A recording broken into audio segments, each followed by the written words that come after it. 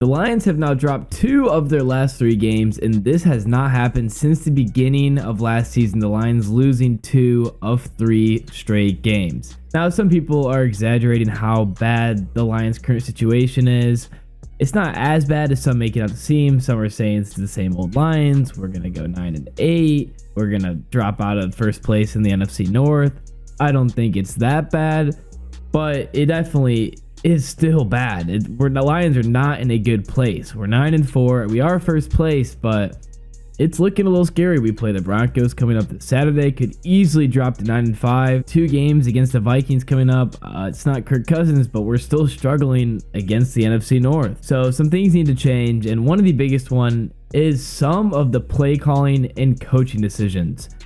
I'm losing my mind when watching these games. Starting Thanksgiving against the Packers, we're down 23-7 at halftime. Terrible, awful, horrendous first half. We're down by a lot.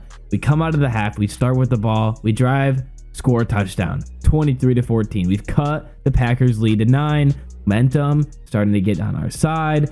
It's our home field.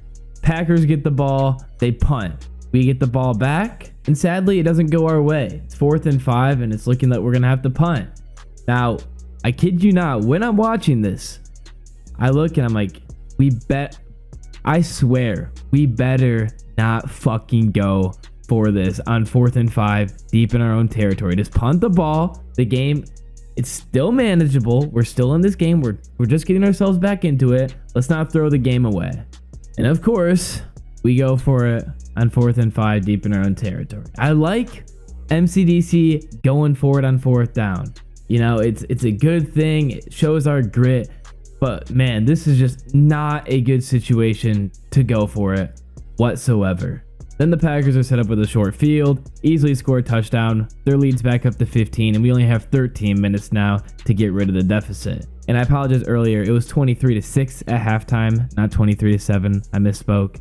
Anyway, the Lions' next drive, we get to almost the 31-yard line, but we're not kicking a field goal. We're going for it on 4th and 7 because we're down by 15. There's 13 minutes left. And it's justified because we're out of Patterson's range. You know, it's going to be about a 45-yard field goal, and Patterson can't consistently make those. Well, for the people and the team justifying the Lions going for it on so much deep in enemy territory instead of just kicking a field goal, I say we need to get a fucking kicker. We need to be able to kick field goals consistently, put points up on the board, and then pin the Packers at their own 25-yard line instead of risking it all and going for it every single time we're around the 35-yard line. Because also, if a defense is playing as well and we're not getting a first down on 1st, 2nd, or 3rd down, what makes you think 4th down is going to be any different? The Packers defense was playing well. Our offense was making a lot of mistakes. In games like that, you want to be able to get 3 points and kick a field goal. The next drive, we're deep in Packers territory. We're in the red zone, but it's 4th and 7. What do you think's going to happen?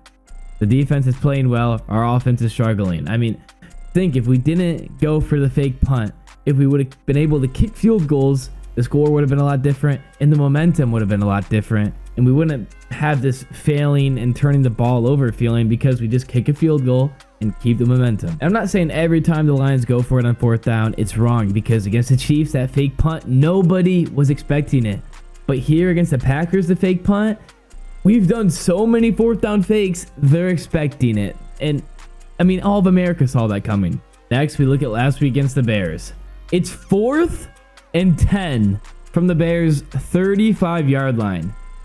We're down by 10 points at the beginning of the 2nd quarter. We are 1/4 through this football game, and we're going for it on 4th and 10 at the Bears' 35-yard line. This is horrible.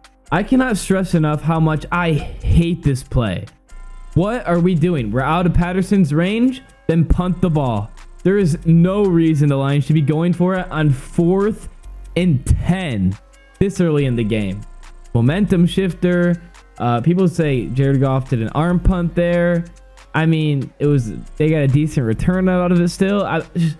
What the hell? And it did suck that the play before this, Gibbs dropped a ball that he could have picked up easily a first down and a lot more.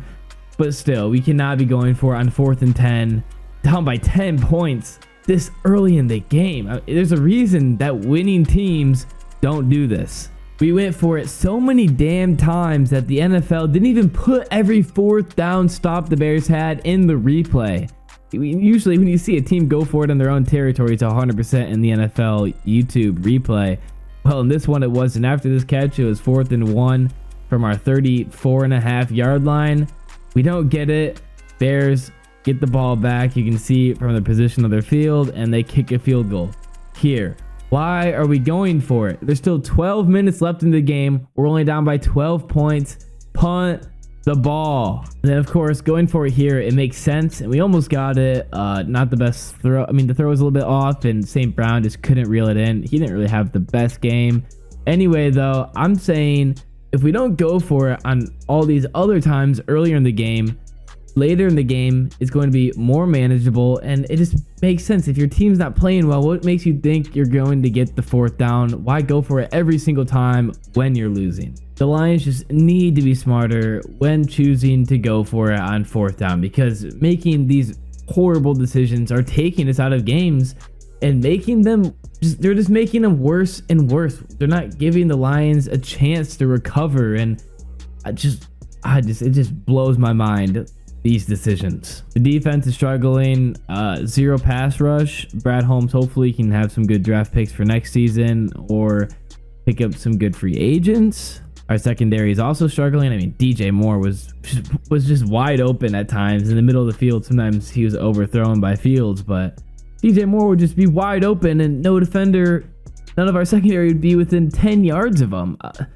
Jerry Jacobs, I'm sorry, just not good. We need to replace our secondary, get some pass rushers. We need some players for this team. I think Brad Holmes' full rebuild should be done next season or for next season.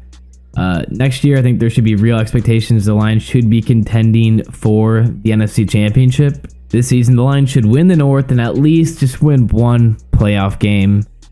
That's all. I just want the Lions to win at least one playoff game. Hopefully more, but at this point, looking at our team, so inconsistent. The defense really struggling.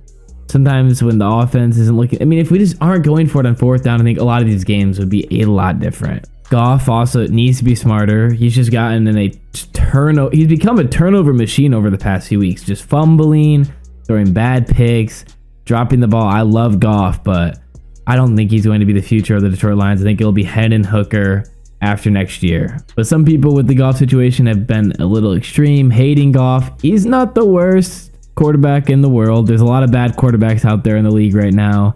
He's definitely not the worst one out there. He's not as bad as people make it out to seem, but he has been struggling recently. Hopefully he can turn it around. I'm praying. Let me know what you guys think the biggest issues are in the comment section below. What should the Lions change? What should they do? That's going to be the end of this video. If you enjoyed my content, I'd really appreciate if you could like and subscribe. It really helps me out a lot. And once again, as always, thanks for watching. Fuck the Pack.